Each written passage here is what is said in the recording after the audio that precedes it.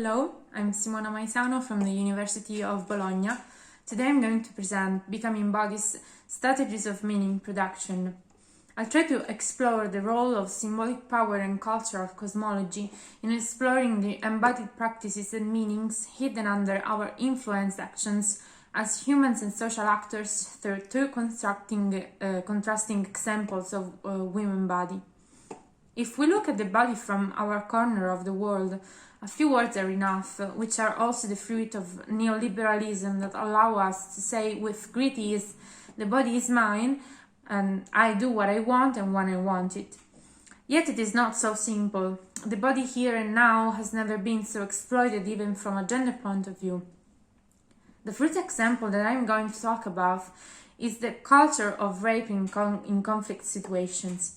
As history can teach us, rape and kidnapping with their violent techniques have always been a substantial part of the dominant strategies, often silenced.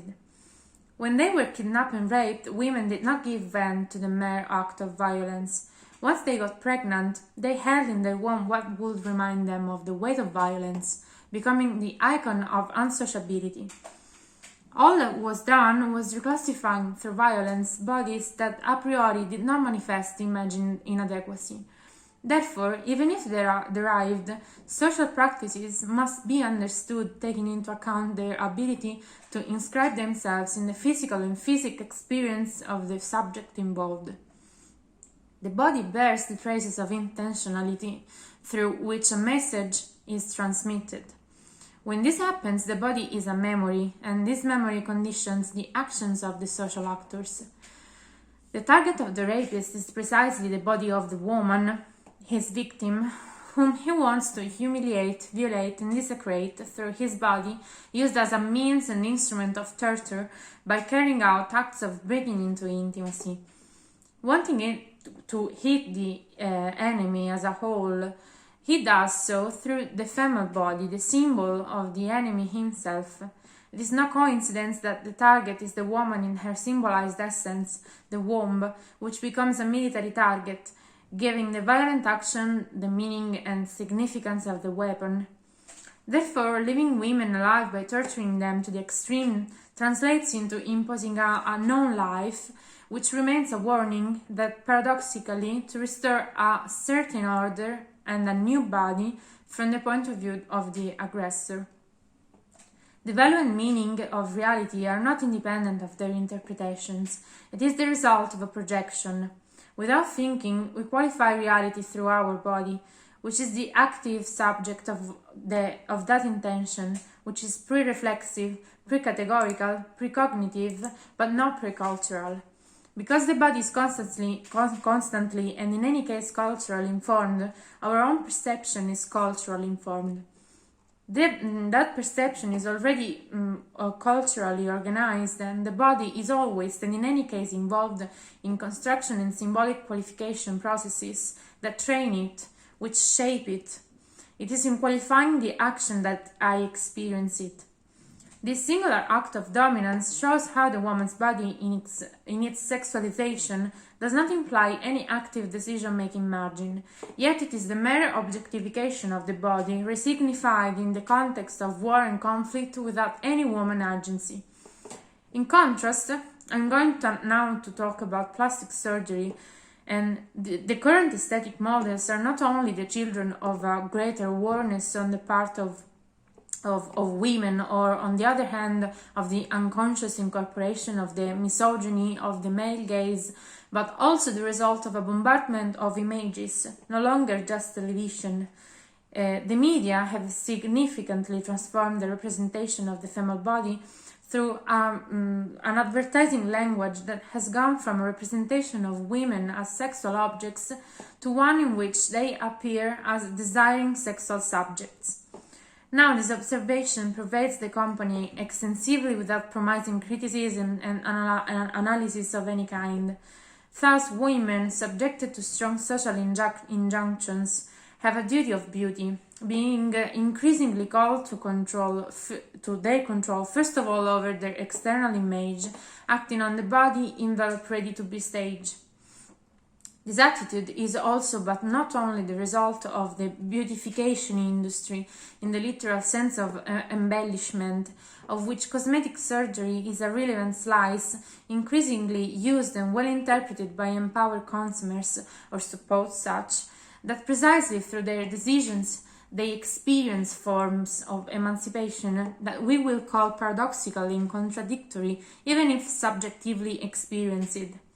Cosmetic surgeons have definitely focused on those attributes of purely visual femininity, which are, for example, face, breasts, buttocks, belly, legs, and a novelty in the image market can modify a vagina that is not accepted because it is compromised by the passage of time. The parallelism with a Barbie is immediate. Presented as the perfection of corporality and undisputed sexual icon, Barbie is considered the perfect woman. She has narrow hips but pronounced breasts, and yet she has an incomplete, if not immature, sexual anatomy. Her genitals are just hinted at and smooth. Progressively, this same distortion of female sexuality has re-emerged in human form, especially in recent years when in the pure pornographic style, the ideals of female genitalia take on a form characteristic of the prepubertal phase. Smooth and hairless, that refers to a conception of unripened female sexuality and a submissive sexual behavior that is overturned here.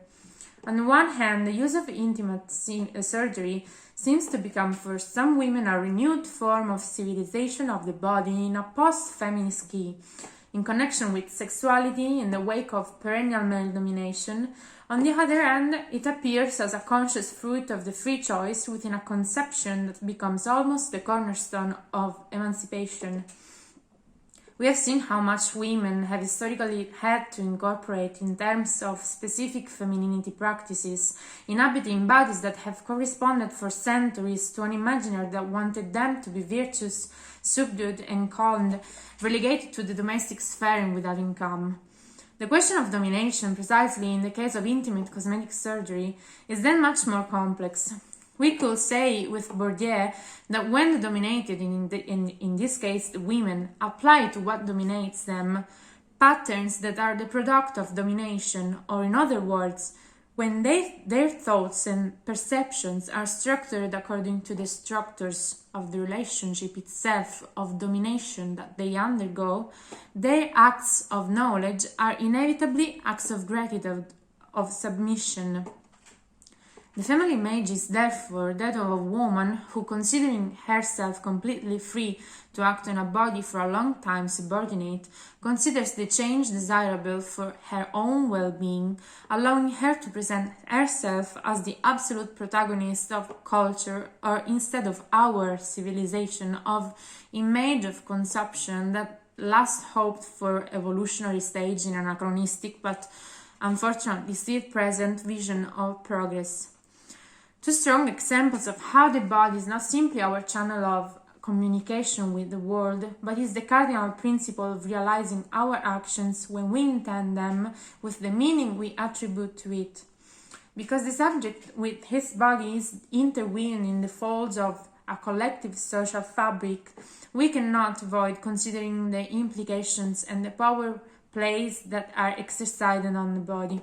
Considering the political body becomes essential to understand the representation of the processes and the experience of the body by the social actors, living within a context in which personal experiences and dynamics are necessarily interwoven with games of force and power that in it come true. These two scenarios are distant at first impact. The first refers to a blatant abuse of the woman's body, a defenseless object on which the new mechanisms of meaning that men implement are experimented. In the second case, there is an agency veiled, that of the woman who decides what to do with her body, under which less impactful domination mechanisms are hidden. But at the end of the day, the moral is always that of a desirable female body, which takes charge of the meanings that the society and the community, as a protagonist of a specific context, wants to attribute to it. Thank you.